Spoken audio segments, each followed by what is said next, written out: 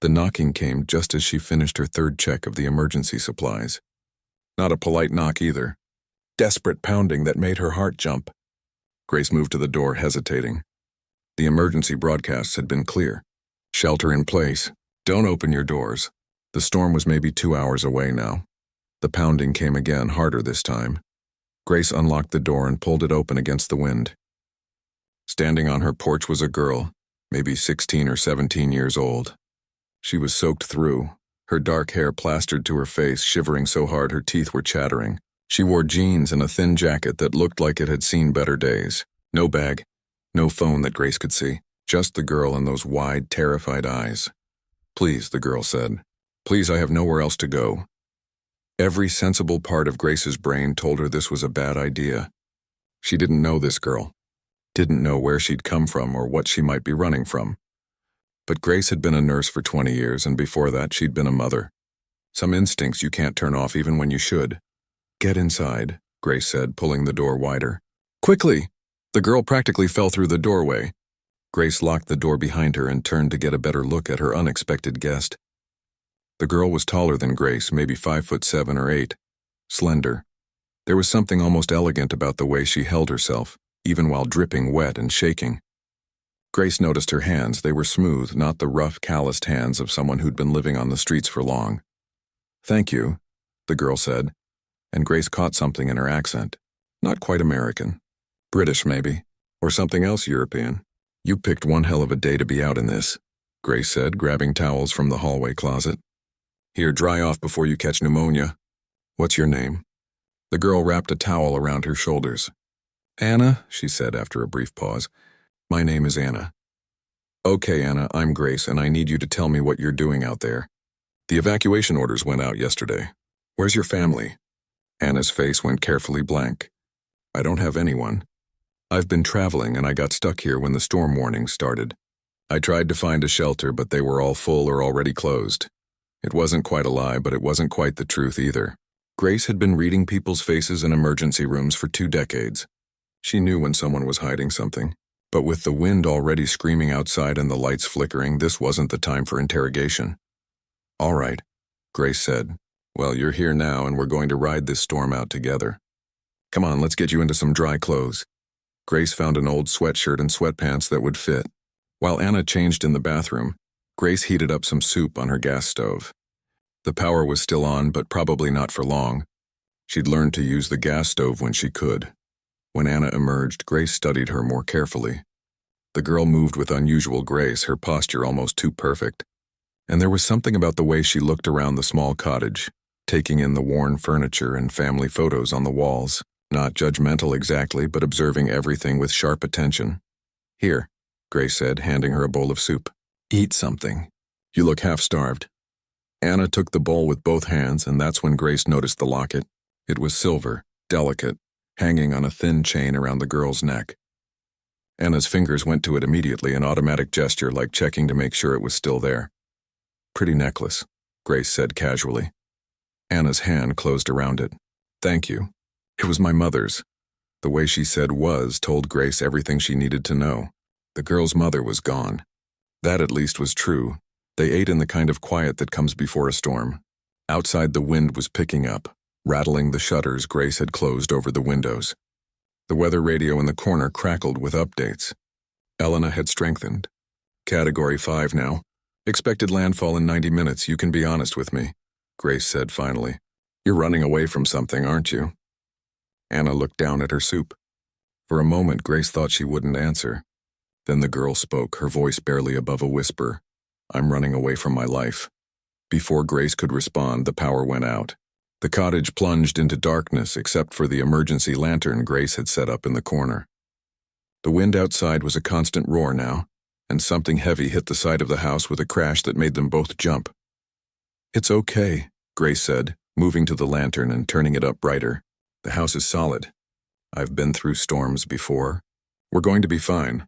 But Anna didn't look fine. In the dim light, her face had gone pale, and she was gripping that locket so hard her knuckles were white.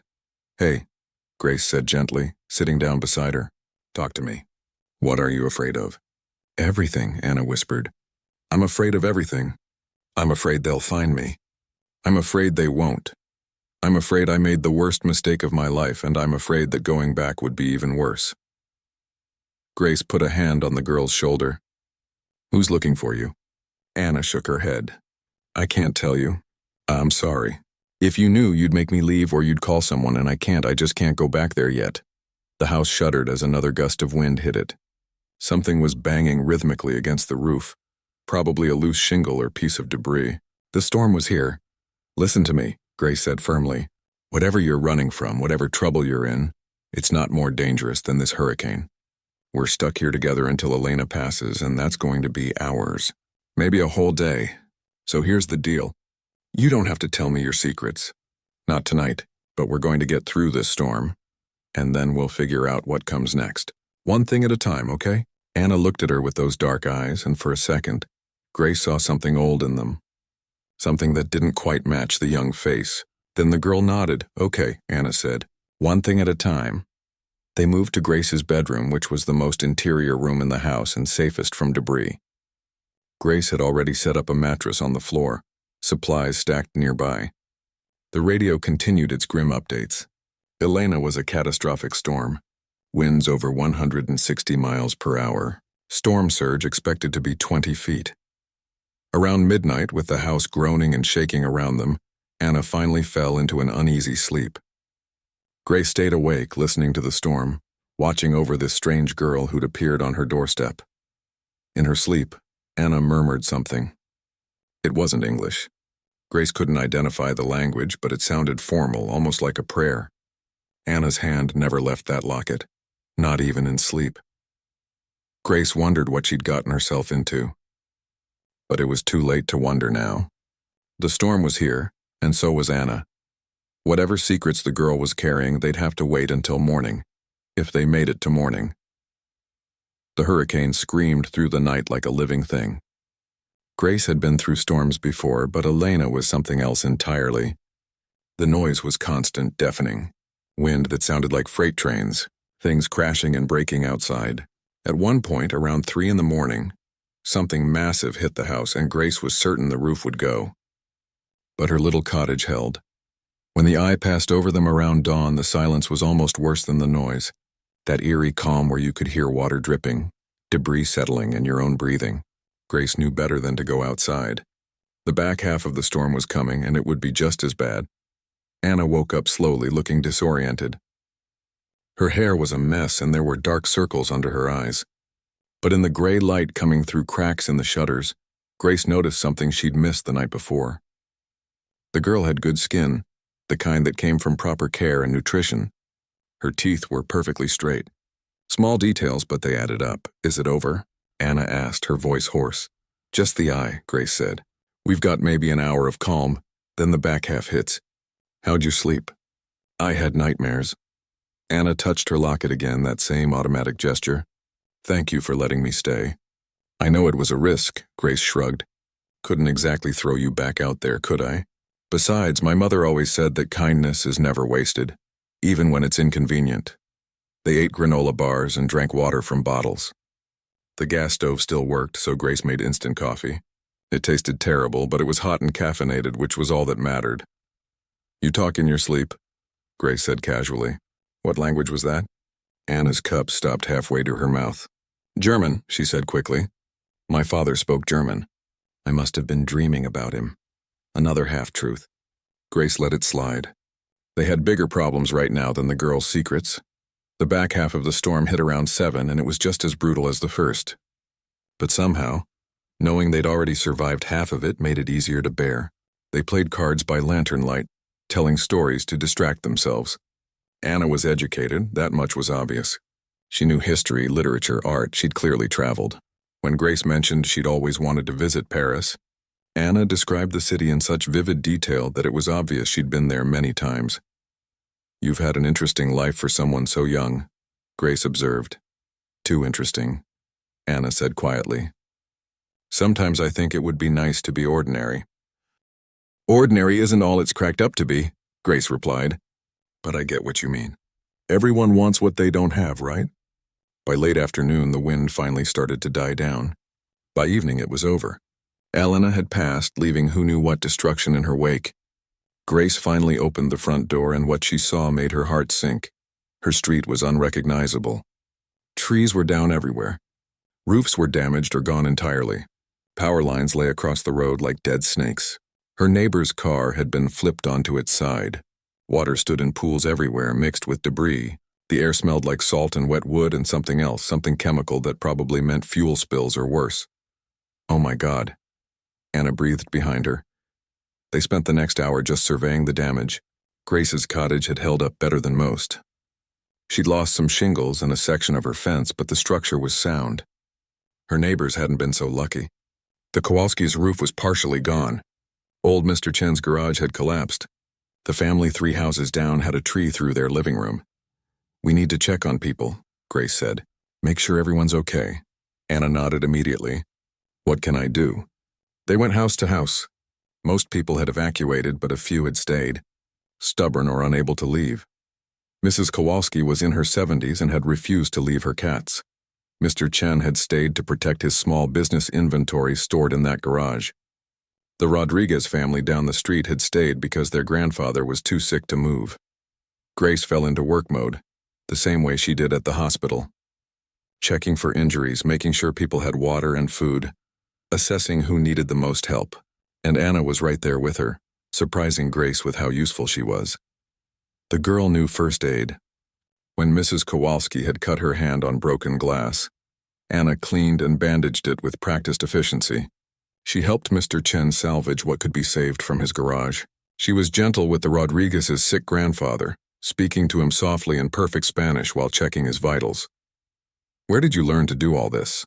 Grace asked as they took a break, sitting on what was left of a fence. "I've had training," Anna said vaguely. "My family believed in being prepared for emergencies."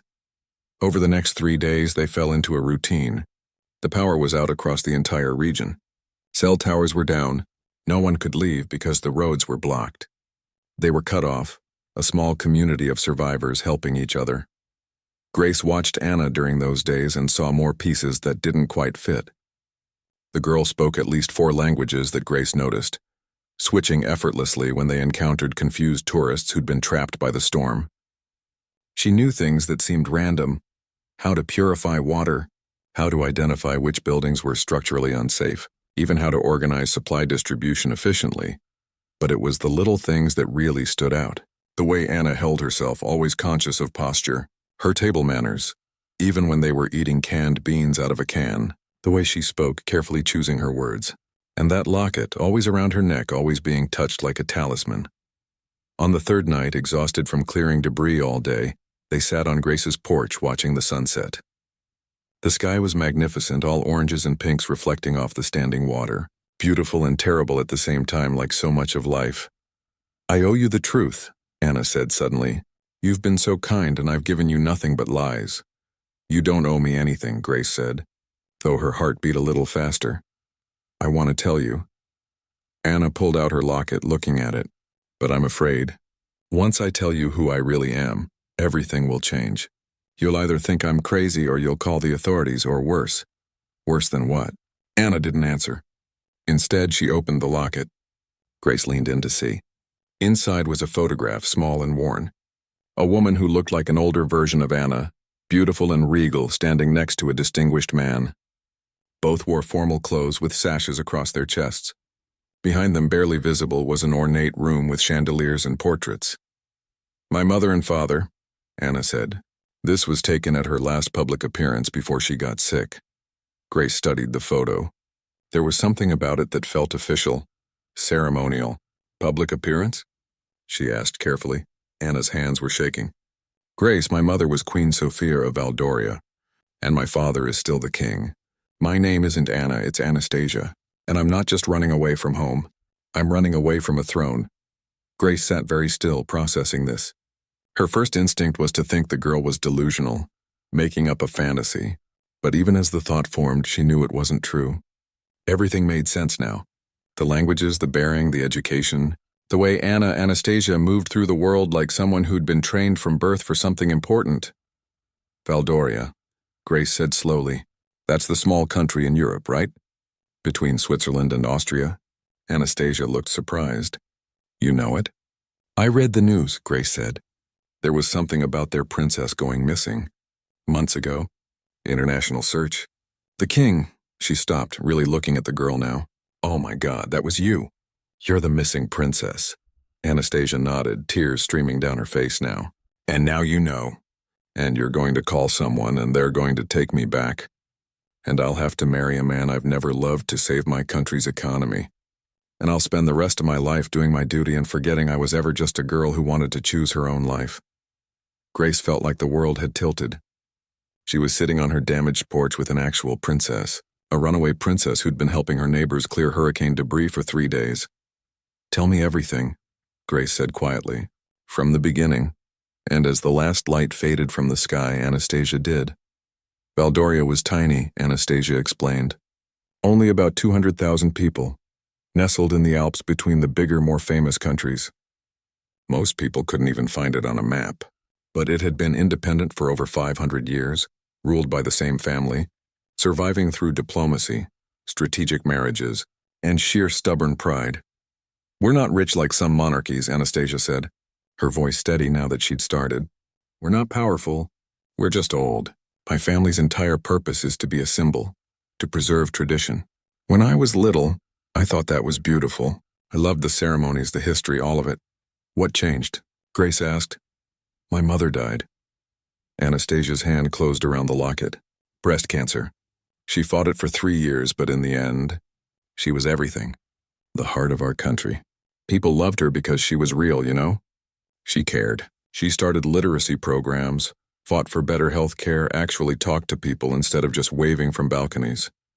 Grace understood. She'd lost her own mother 10 years ago. Some grief never really leaves you. After she died, my father fell apart.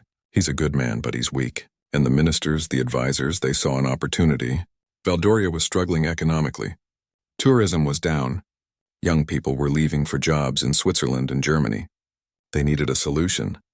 And you were the solution, Grace said. I was the bargaining chip. Anastasia's voice went hard. There's this politician, Viktor Molnar. He's 63 years old, rich, connected to Russian oligarchs and German business interests. He promised to bring investment to Valdoria, to fix the economy, to make everything better. All he wanted in return was legitimacy, a connection to the royal family, me.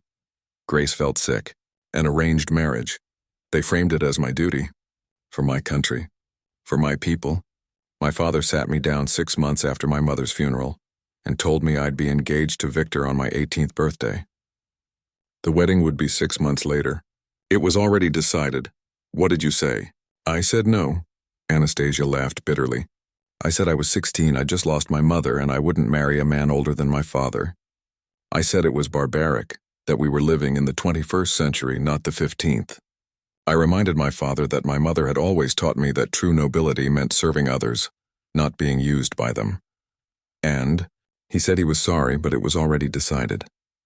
That sacrifices had to be made. That I was being selfish and childish. That when I was older, I'd understand. Anastasia's eyes flashed with anger.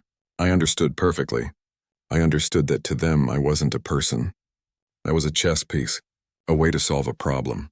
She told Grace about the next months, how she'd tried to change their minds, tried to find another solution, how she'd been watched constantly, her every move monitored, how Victor had started visiting the palace, looking at her like she was a prize he'd already won, how her father had become a stranger, more concerned with public opinion and economic reports than his own daughter's happiness. The night I left, there was a state dinner. Victor was there, already acting like we were engaged. He put his hand on my back and I couldn't breathe. I excused myself, went to my room, and I just couldn't do it anymore. I'd been planning for weeks, saving money, getting a friend to help me with papers. At midnight, I climbed out my window. She'd made it to Germany first, then France, working odd jobs and sleeping in hostels. She'd cut and dyed her hair, wore different clothes, learned to move differently, to be invisible. Eventually, she'd gotten to the United States on a borrowed passport, thinking she could disappear into a big country where no one knew her face. I've been here for 3 months, she said, moving around, never staying anywhere long. I was in Miami when the evacuation orders came, but I had no car, no money for a hotel. I walked north trying to get ahead of the storm. But it moved faster than I did. By the time I got here, it was too late. And then I saw your house and the lights were on and I thought maybe, just maybe, someone would help me." Grace sat in silence for a long time, processing. Finally, she said, "Show me the inscription." "In the locket." Anastasia opened it again, turning it so Grace could see the tiny engraving on the opposite side from the photo. The letters were so small Grace had to squint. "It's Latin," Anastasia said. "My mother had it engraved when I was born. It says, Vera nobilitas ex serviendo venit. True nobility comes from serving." She sounds like she was a wise woman. She was. And I've dishonored her memory by running away. Anastasia's voice cracked. "I know that. I know I'm being selfish. But I can't, Grace. I can't go back there and marry that man and smile for cameras and pretend it's okay. I'd rather die." Grace reached out and took the girl's hand. "Hey, don't talk like that. You're not selfish for wanting to live your own life. You're human. I'm a princess. Being human is a luxury I can't afford." "That's bullshit," Grace said bluntly. "I don't care if you're a princess or a pauper. You're 17 years old. No one should be forcing you into anything, especially not marriage." Anastasia looked at her with surprise. "You're not going to call someone?" "Who would I call? The phones don't work. The roads are blocked. We're cut off here." Grace squeezed her hand. "But even if I could, I wouldn't, not yet. Not until we figure this out." "Figure what out?" "A way for you to go home on your terms, not theirs." Anastasia shook her head. "There is no way. That's the problem. Either I go back and do what they want, or I stay away and my country suffers. There's no third option." "There's always a third option," Grace said firmly. "We just have to find it." The next morning, the first helicopters appeared. News crews surveying the damage. Anastasia went pale when she heard them, hiding inside whenever they flew over. "They're just covering the hurricane," Grace assured her. But she understood the girl's fear. If someone recognized her, if her picture got out, the whole world would know where she was. That afternoon, power flickered back on for a few minutes before dying again. But it was enough for Grace to catch a news broadcast on her emergency radio. The anchor was talking about hurricane damage, but then the segment switched. In international news, the search continues for Princess Anastasia of Valdoria, missing now for over 3 months. Her father, King Leopold, made another public appeal today for information about his daughter's whereabouts. The princess disappeared from the royal palace in June, and despite an international investigation, no confirmed sightings have been reported. Grace glanced at Anastasia, who had gone very still. The broadcast continued with footage of a tired-looking man in his 60s speaking at a podium. He looked like the man in the locket, but older, grayer, diminished somehow. "Please," he said in accented English, his voice breaking. "If anyone knows where my daughter is, if Anastasia can hear this, please come home. We can talk. We can find a solution. I just need to know you're safe. Nothing else matters." Anastasia turned away, but not before Grace saw the tears. "He looks like he means it," Grace said gently. "He always means it in the moment," Anastasia replied. "But then the ministers talk to him and the advisors, and he forgets. He forgot what my mother stood for. He forgot what he promised her. He forgot about me and remembered only about the crown." Grace didn't push, but she filed that broadcast away in her mind. The king had said nothing else matters. Maybe that was true, or maybe it wasn't. Either way, they needed to know. Over the next week, as the community slowly recovered and the outside world started to trickle back in, Grace watched Anastasia carefully. The girl was genuinely good. She helped everyone who needed it, never complained, never acted entitled. She held babies while their mothers worked, taught English to immigrant families, even played guitar for the elderly Mr. Chen, who turned out to have a beautiful singing voice. This wasn't a spoiled princess playing at being normal. This was a young woman who'd been raised to serve just like her mother had wanted. She'd run away not because she was selfish, but because being forced into a loveless marriage wasn't serving anyone. It was just sacrifice for sacrifice's sake. But Grace also saw the cost of running. Anastasia jumped at sudden noises. She monitored the news obsessively on Grace's now working phone. She had nightmares every night. This wasn't sustainable. She couldn't run forever. "We need to talk," Grace said on the 7th night after the hurricane. "Really talk. About what comes next." Anastasia looked up from the vegetable soup she was stirring.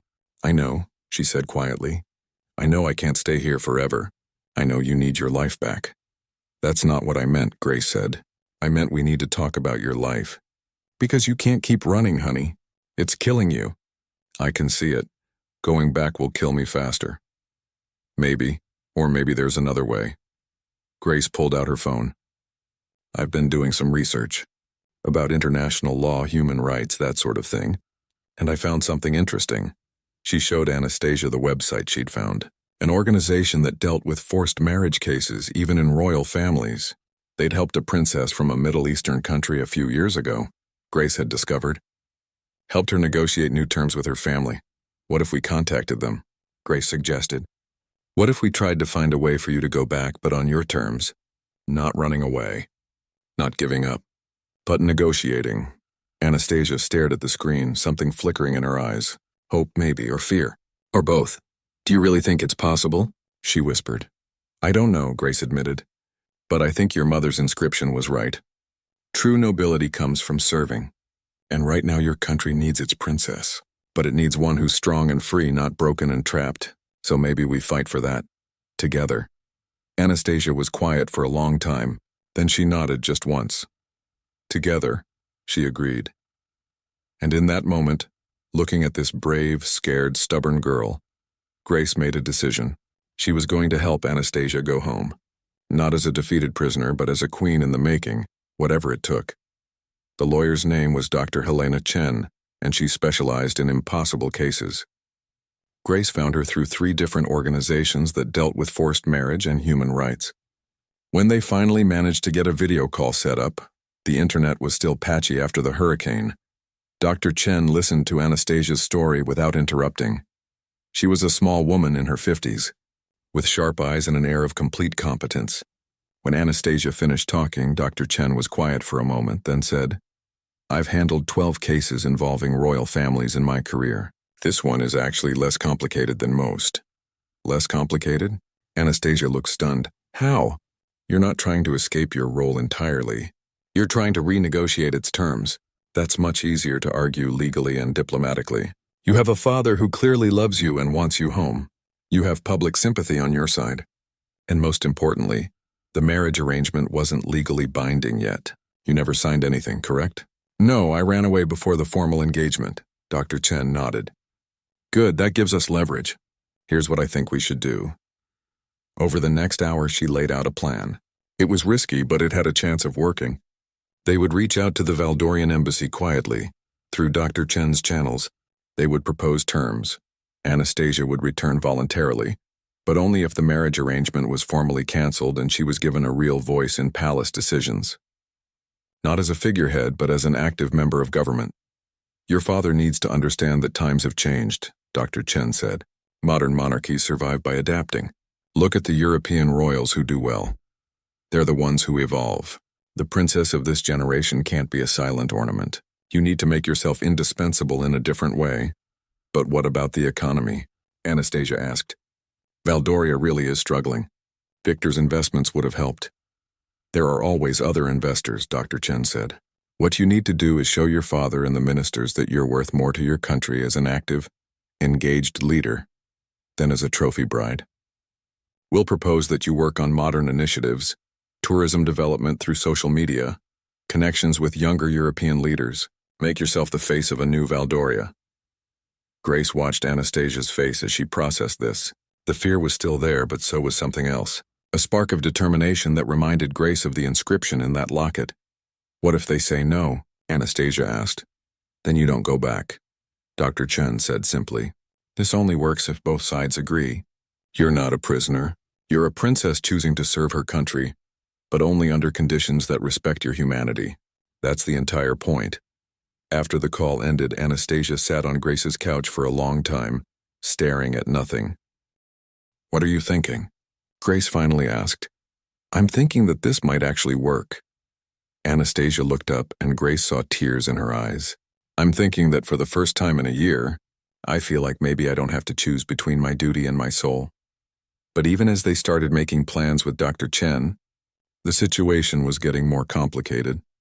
The roads had been cleared and the world was creeping back in. News crews were still around, doing follow-up stories on the hurricane's impact. And Grace noticed something troubling.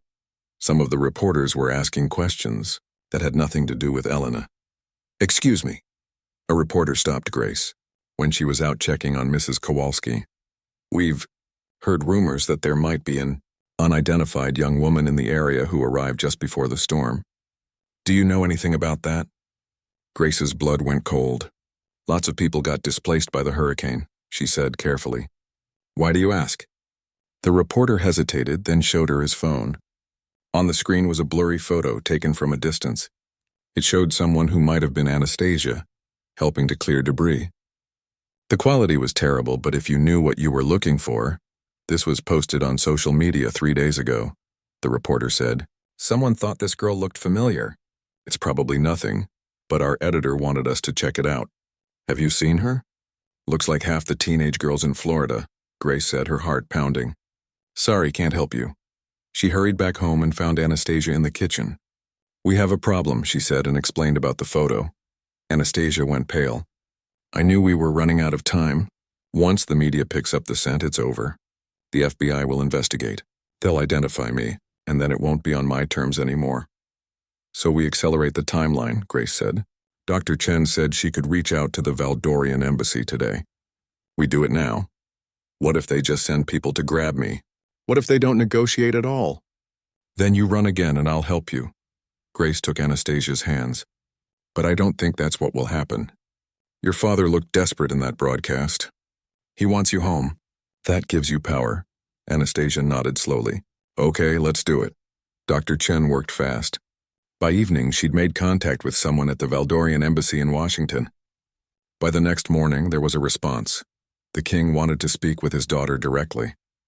The video call was set up for that afternoon. Grace offered to leave the room to give them privacy, but Anastasia asked her to stay. "I need you here," she said, "for courage." When King Leopold appeared on the screen, Grace understood where Anastasia got her bearing from. Even through a computer monitor, even looking exhausted and years older than his age, there was something dignified about him. His eyes went immediately to his daughter, and Grace saw them fill with tears. "Anastasia," he breathed. "My God, you're safe. You're alive." "Hello, Father." Anastasia's voice was steady, but her hands were shaking. Grace stood just off camera, offering silent support. "I've been out of my mind," the king said. "We've been searching everywhere. Why didn't you contact us? Why did you just disappear?" "Because you wouldn't listen," Anastasia said. "I told you I wouldn't marry Victor. I told you it was wrong. But you didn't care. You were going to force me anyway." The king flinched. "I thought I was doing what was best for our country. At the cost of your daughter's life. Mother would never have allowed it." At the mention of his late wife, the king's composure cracked. "I know," he said quietly.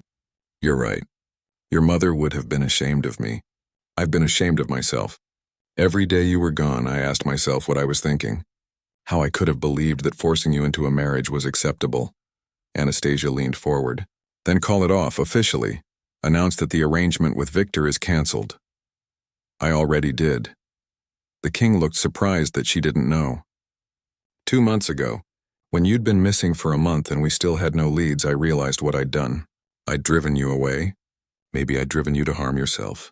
That thought," he stopped, collecting himself. "I called off the arrangement. Victor was furious, but I didn't care. All I cared about was getting you back." Grace watched Anastasia's face. The girl clearly hadn't expected this. "You called it off?" Anastasia repeated. "Of course I did. You're my daughter, my only child. The last piece of your mother I have left. Did you really think some political arrangement mattered more than you?" "Yes," Anastasia said simply. "I did think that." "Because that's what you told me." The king closed his eyes. "Then I failed you in ways I didn't even understand. Anastasia, please come home. Not to marry anyone. Not to do your duty. Just come home because I miss my daughter and I want the chance to be a better father." Grace saw Anastasia struggling with tears. "I want to come home," she said, "but not to the same situation I left. Not to be a figurehead who just smiles and waves. I want to actually help. To do the kind of work Mother did. To make a difference." "Then let's make that happen," the king said. "Tell me what you want. Tell me what would make you feel like coming home was the right choice." And Anastasia did. She told him about Dr. Chen's proposals. About wanting to be involved in real policy. about modernizing how the royal family connected with young people, about education initiatives and tourism development and everything she'd been thinking about during her months away. The king listened to all of it, nodding. "I think your mother would be proud of these ideas," he said when she finished. "I think she'd be proud of you for having the courage to demand better. To demand what you deserve. So you'll agree to the terms? I'll agree to anything that brings you home safely." He paused. "Though I think we should do this properly. Not just me agreeing, but formalizing it, making it official policy that you'll have an active role in government. That way it can't be taken away later by someone else." Dr. Chen, listening off camera, spoke up. "That's exactly what I'd recommend, Your Majesty." They talked for another hour, working out details. By the end, there was a framework. Anastasia would return home with a formal role as an active member of the Royal Council. She'd have her own offices, her own staff, and real authority over certain initiatives. The king would issue a public statement about evolving the monarchy for a new generation. When the call finally ended, Anastasia sat back, looking dazed. "I think that actually worked," she said. "I think we actually did it." Grace pulled her into a hug. "You did it. You stood up for yourself and got what you deserved. But there was still the logistics to work out. Anastasia couldn't just show up at the airport and fly home. Her disappearance had been international news. Her return would be too. Dr. Chen coordinated with the Valdorian embassy to arrange secure transport. They'd send a private plane. Grace would accompany Anastasia to ensure she was safe. "You don't have to do that," Anastasia protested. "I know I don't have to," Grace said. "I want to. I want to see this through.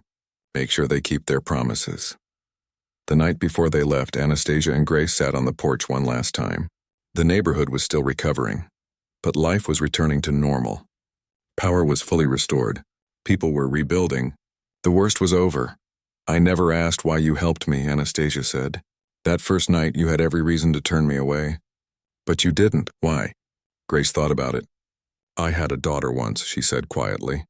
"She'd be about your age now. Car accident when she was 12. And I've spent the last 5 years wondering what she would have become, you know? What kind of woman she would have grown into." She looked at Anastasia. "When you showed up at my door scared and desperate, I didn't see a princess. I saw a girl who needed help. A girl who reminded me that sometimes the bravest thing you can do is ask for help. That sometimes survival means admitting you can't do it alone." Anastasia took Grace's hand. "Thank you," she said. "For everything. For saving my life. For believing in me. For helping me find a way home." "You saved yourself," Grace said. "I just gave you a safe place to figure out how." They sat in comfortable silence, watching the stars. Tomorrow everything would change again, but tonight, they were just two women who'd survived a storm together, and sometimes that was enough. The private plane landed at a small airfield just outside of Washington, D.C. It was early morning and Grace could see the Valdorian flag painted on the tail. This was real. This was actually happening. Anastasia stood beside her wearing clothes that the embassy had sent. A simple blue dress that somehow made her look more princess-like than anything she'd worn in Florida. Her hair was properly styled now. The locket hung around her neck, visible against her collarbone. "Ready?" Grace asked. "No," Anastasia admitted, "but I'm doing it anyway." The flight to Valdoria was long. They stopped to refuel in Iceland, then continued on to the small alpine country. Grace had never been to Europe before, and despite everything, she felt a little thrill as they descended through clouds toward mountains that looked like something from a postcard. Valdoria was beautiful. The capital city nestled in a valley between snow-capped peaks. Old buildings with red tile roofs clustered around a river, and there on a hill overlooking everything was the palace. It wasn't huge like Versailles or Buckingham, but it was elegant, built of pale stone that glowed in the afternoon sun. "That's home," Anastasia said softly, looking out the window. "I forgot how beautiful it was." A car was waiting when they landed. Not a fancy motorcade, just a simple black sedan with diplomatic plates. The embassy official who greeted them was a kind-looking woman in her 40s who spoke perfect English. "Welcome home, Your Highness," she said to Anastasia. "Your father is waiting at the palace. He wanted to come to the airport, but we thought it would be better to do this reunion privately." The drive through the city was surreal. Grace saw people going about their daily lives, walking dogs, shopping, sitting at cafes. They had no idea their princess was passing by in that car, that the girl who'd been missing for months was finally coming home. The palace was even more impressive up close. Guards in formal uniforms stood at the gates, but they opened immediately when the car approached. They drove through courtyards and under arches, finally stopping at a private entrance. "He's waiting in the family quarters," the embassy official said gently. "Would you like to go alone or—" Anastasia looked at Grace. "Come with me, please." They walked through halls lined with portraits of previous kings and queens. Grace recognized the woman from Anastasia's locket in several of them. Queen Sophia, beautiful and regal and somehow warm even in formal paintings. Then they were in a smaller, more private wing. The palace official knocked on a door and opened it. The room beyond was nothing like Grace expected. It wasn't a throne room or some formal space. It was a sitting room, comfortable and lived in, with books on shelves and photos on tables. And standing by the window, looking out at the mountains, was King Leopold. He turned when they entered, and his face transformed. Without a word, he crossed the room and pulled Anastasia into his arms. "My girl," he said, his voice breaking. "My brave, stubborn, wonderful girl. I'm so sorry. I'm so terribly sorry." Anastasia was crying now, all her composure gone. "I'm sorry too, father. I shouldn't have run like that. I should have talked to you." "No." The king pulled back to look at her. "You did exactly what you needed to do. You protected yourself when I failed to protect you. That took courage." Grace felt like she was intruding on something private, but the king noticed her and extended a hand. "You must be Grace," he said. "The woman who saved my daughter's life. I owe you a debt I can never repay." "You don't owe me anything," Grace said. "Anastasia saved herself. I just gave her a place to stay during a hurricane. She told me you did much more than that." The king smiled, and Grace could see where Anastasia got her features. "But we'll have time to discuss that later. For now, I think you must be exhausted. Let me have someone show you to a guest room where you can rest." Grace was indeed exhausted, but more than that, she felt like she was in the way. "Actually," she said, "I think you two have a lot to talk about. I'll give you some privacy." The palace official led Grace through more corridors to a beautiful guest room with a view of the gardens. "His Majesty has requested that you stay for a few days," the woman said. "As his honored guest. Please make yourself comfortable. If you need anything, just pick up the phone." Alone finally, Grace stood at the window and tried to process everything. 2 weeks ago, she'd been preparing for a hurricane. Now she was in a palace in Europe, having helped a princess return home. Life was strange sometimes. She must have dozed off because when there was a knock on the door, the sun had moved across the sky. It was Anastasia, still in her blue dress but looking lighter somehow. Less burdened. "How did it go?" Grace asked. "We talked for hours," Anastasia said, sitting on the edge of the bed. "Really talked for the first time since my mother died. He told me about how lost he's been, how the ministers took advantage of that, how he convinced himself that arranging my marriage was protecting me, when really it was just avoiding the hard work of being a father. That's a lot to admit. He's a lot to process." Anastasia smiled. "But it's a start. And we went over the agreements Dr. Chen drafted. He's going to announce them tomorrow at a press conference. I'll be there. They'll know I'm home. How do you feel about that?" Terrified, relieved, hopeful. Anastasia played with her locket. "Grace, there's something I want to show you." She led Grace through the palace past more portraits and tapestries until they reached a small chapel. It was simple and elegant, with stained glass windows that cast colored light across the stone floor. In the front, near the altar, was a tomb made of white marble. "My mother," Anastasia said softly. Grace read the inscription. "Queen Sophia, beloved wife and mother, servant to her people. I come here when I need to remember who I want to be," Anastasia said. She would have loved what we're doing, the changes we're making. She always said that tradition should serve the people, not the other way around. Grace put an arm around the girl's shoulders. "I think you're becoming exactly who she wanted you to be." The next day, the press conference was held in the palace's main hall. It was broadcast live, not just in Valdoria, but internationally. Grace watched from a private viewing room as King Leopold took the podium, looking more composed than he had in months. "Today, I am pleased to announce that my daughter, Princess Anastasia, has returned home safely," he began. The cameras flashed like lightning as Anastasia walked out to stand beside him. She looked calm and confident, every bit the princess she was born to be. The king explained that she'd needed time away to find herself, to understand her role. He apologized publicly for trying to force her into a marriage arrangement, which he formally declared null and void. Then he announced the new structure. Anastasia would serve as an active member of the Royal Council, with specific responsibilities for education, youth initiatives, and cultural preservation. The monarchy must evolve, the king said, and my daughter will lead that evolution. She represents a new generation of leadership for Valdoria, one that respects our traditions while embracing our future. When Anastasia spoke, Grace felt proud. The girl who'd shown up terrified on her doorstep during a hurricane was standing in front of the world, speaking clearly about her vision for her country. I made mistakes, Anastasia said. Running away was not the right choice. But it taught me something important, that true service requires freedom. You cannot serve effectively when you're trapped. My mother understood this. She taught me that nobility means putting others first, but never at the cost of losing yourself. She touched her locket as she spoke, and Grace wondered if anyone watching understood the significance of that gesture. I'm home now and I'm ready to work, ready to help my country in real, meaningful ways, not as a symbol, but as a person who cares deeply about our future. This is my promise to Valdoria and to my father. I will serve, but I will serve authentically. And I hope that in doing so, I can honor my mother's memory and help build the Valdoria she dreamed of. The press asked questions, of course. Where had she been? Why had she left? Anastasia answered carefully, never mentioning Grace by name or giving specific locations. She talked about needing to find her own voice, about learning what it meant to live without royal protection, about discovering that she was stronger than she thought.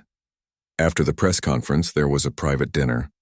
Grace was invited, along with Dr. Chen, who'd flown in for the occasion. They ate in a small dining room with just the four of them, the king, his daughter, the lawyer, and the nurse from Florida. I've been thinking, the king said over dessert, about how to properly thank you both. Dr. Chen, your fees will be covered, of course, with a significant bonus. But Grace, what can I do for you? What would be appropriate thanks for saving my daughter? Grace shook her head. I don't need anything, really. Seeing Anastasia home safe is enough. Nonsense, the king said. You took a stranger into your home during a hurricane. You protected her. You helped her find her way back to us. That deserves recognition. Grace thought about it. Actually, she said slowly, there is something. My neighbor, Mrs. Kowalski. Her house was badly damaged in the hurricane. So was Mr. Chen's shop, and the Rodriguez family. They're struggling to pay for their grandfather's medical care. If you really want to thank me, help them. Not because they're important or special, just because they need it. The king smiled. Consider it done. And for you personally? For me? Grace looked at Anastasia, who was watching her with warm eyes. For me, just knowing I helped someone when they needed it is enough. That's what my mother taught me. That's what I tried to teach my daughter before I lost her. We help people because it's right, not because of what we'll get in return. Then your mother raised you well, the king said. As did mine. He looked at his daughter. We've both been blessed with strong women who taught us the right values. We just forgot for a while. Grace stayed in Valdoria for 3 more days. She toured the country with Anastasia, who was eager to show her everything. The mountain villages, the old libraries, the schools where Anastasia would be implementing her new programs. Grace met the palace staff, who all seemed genuinely happy to have the princess back. On her last night, Anastasia came to her room with a small velvet box. I wanted to give you this, she said, opening it. Inside was a silver bracelet beautifully crafted.